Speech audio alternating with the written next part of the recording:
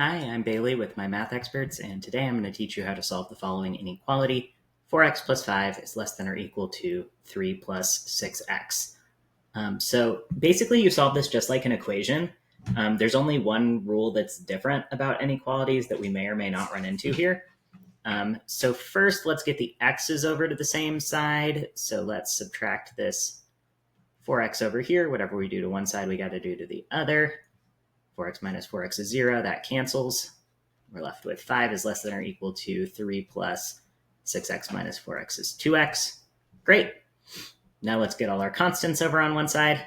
So let's subtract this 3 here, subtract this 3 here. 5 minus 3 is 2. Less than or equal to, that cancels. We get 2x. And then we are going to divide this 2 out. So we get 1 is less than or equal to x. Another way that you could write this, I'm going to write or equivalently here.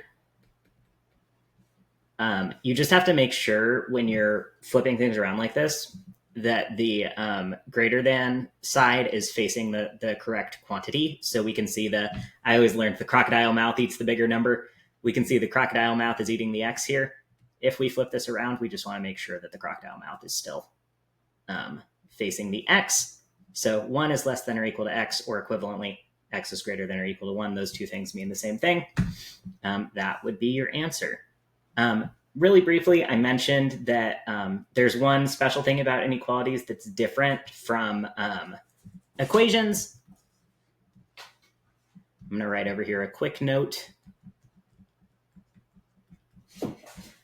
If, let's say, in this final step, we had 2 is less than or equal to negative 2x, if you multiply or divide both sides by a negative number, so like in this step, we would have to divide both sides by negative 2, which is a negative number.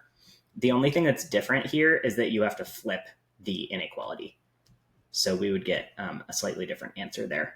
You can see that our inequality sign is flipped. So just make a note, that's like the only thing that's different. Everything else is exactly the same as solving an ordinary equation. So thanks, hope that helped.